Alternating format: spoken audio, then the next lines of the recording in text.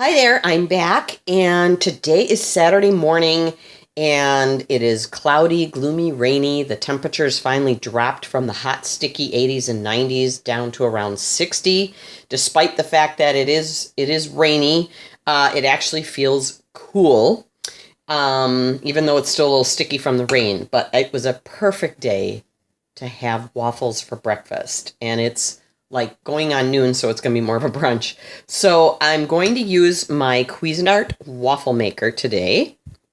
And I've done a bunch of videos on the Presto flip side, the big fat Belgian waffles. And today I want to do some in the Cuisinart, which, despite how much I love the other waffle makers that I have, this one is my true favorite. Nothing sticks. They come out beautiful, crispy golden every time, and nice and fluffy on the inside. And that beeping you hear is my oven coming to temperature, so I can keep my waffles hot and crispy while I make several. The recipe that I'm going to use today is again from HilahCooking.com. She also has a video of this recipe. Now, I don't want to confuse you, but this is the recipe I'm doing, only it's not going to be the savory. But I love the base recipe for this. It's wonderful. It's her savory ham and cheese waffles. I printed this hard copy from her website, HilahCooking.com, and I have all kinds of cookbooks in my kitchen with recipes from that I've found on the internet, and then I put them in these plastic sleeves. That way, when you're cooking and putting it together, if you like me, and schlop stuff everywhere, it's easy to wipe off without ruining the pages. So this is her savory ham and cheese waffles. However, I'm going to do the sweet version. So if you look down at the very bottom of the recipe, there's notes here. If you'd like to make the sweet version, you just increase the sugar in the recipe from 1 teaspoon to 1 tablespoon. And then of course, you would eliminate the ham, cheese, and chives from the recipe. You could add a cup of fresh or frozen berries to this recipe.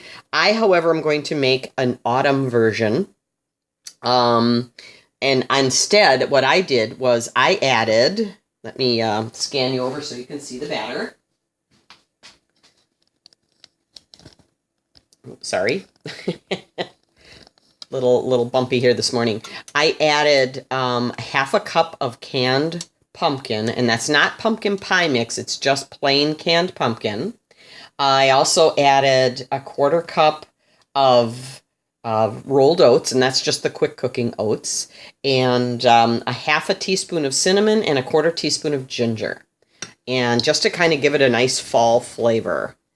So let's get started here. This is a yeasted waffle, like I said, and you can use you can put those added ingredients into any sweet waffle recipe that uses baking powder or something. I just happen to love her yeasted waffle recipe. It lends such a wonderful tangy flavor to it, and the tenderness on the inside is to die for. So let's get some batter into the waffle maker. You can see it's hot. It's kind of smoky there. And this one, if you recall, or if you haven't seen my original video review of this waffle maker, it holds half a cup of batter. And I'm just going to ease that out a little so it makes a nice, fairly even waffle. And we're going to close it. And this one doesn't have a timer, but the light turns red when you put the waffle in. And when it turns green, ideally that means the waffle's done. Basically, it's ready to check. So I'm just going to pause this and come back as soon as that light turns green. Okay, let's take a look and see if our waffle is done. Oh, look at that. Isn't that pretty? I just want to see how crispy it is. Oh, it's beautiful. Look at that. Okay, I'm going to get it in the oven real quick to keep it crispy and hot. All right, and let's just make one more real quick just to show the consistency that this waffle iron offers. I absolutely love this waffle iron. And by the way, I will add that I have done it, but not out of necessity. I have never had to spray or grease this waffle iron to make any kind of waffles, and that includes waffles with cheese, the savory type. ham and cheese or whatever else sticky ingredients. So just to kind of bring you up to speed on the Presto flip side, as much as I love that waffle iron and the wonderful waffles it makes, if you've read any of my comments on the video, the short video I did not too long ago on steam cleaning it when you have something sticky in there that you can't get off the grates, I'm having issues with it. Everything is sticking. I'm having to really use a lot of oil or spray, cooking spray or whatever, and it takes several ruined waffles to get a decent one. I don't know what's going on with it. I'm kind of disappointed. I have contacted the Presto company about it because despite the fact that I bought it from Amazon, it's way outside the 30-day return window. It's gone just beyond 60 days, I think, at this point.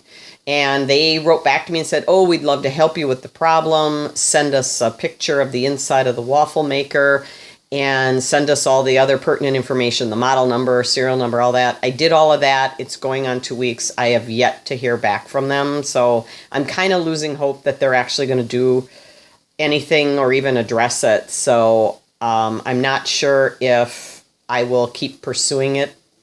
It's disappointing, but it's a waffle iron, you know. So, but at any rate, still, the jury's still out on that. I'll let you know if and when something changes on that. So I'll be right back when this waffle is done. Okay, let's take a look at waffle number 2. Oh, look at that. Isn't that beautiful? I love that golden color from the pumpkin. So let me pull this out and get that one into the oven as well. And see, they just lift right out just beautifully. Look at that. Is that a gorgeous waffle or what? Okay. And then I'm going to go ahead and pull the first one out. And we will dress that up. Okay, so let's turn this way here. Sorry about the jostling here. Just bring it in a little closer. And this one, I love all kinds of toppings on my waffles, but pumpkin, cinnamon, ginger, this one's just screaming for pure maple syrup. So that's what we're going to drizzle on today.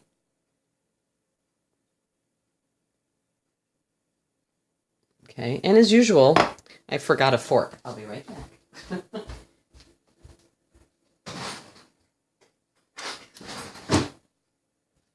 All right, let's dig into this this little bit of wonderfulness here. And thank you again, Hilah, for this wonderful, I mean, the best yeasted waffle recipe I have ever done. And it's so versatile. I've used this recipe with all kinds of different sweet and savory modifications. So let's give this a taste. Oh my God. You can taste the pumpkin. The ginger is coming through just a little bit. And just the warm notes of cinnamon. Oh my gosh. Oh, this is going to be hard to eat just 1 or 2 of these today. So, again, thank you so much, HilahCooking.com and your YouTube channel for inspiring me to do all kinds of cool waffles. And thanks to you, my viewers, for watching. And if you like my videos, please give me a thumbs up and subscribe if you haven't done so already so you don't miss any new uploads. And have a great day.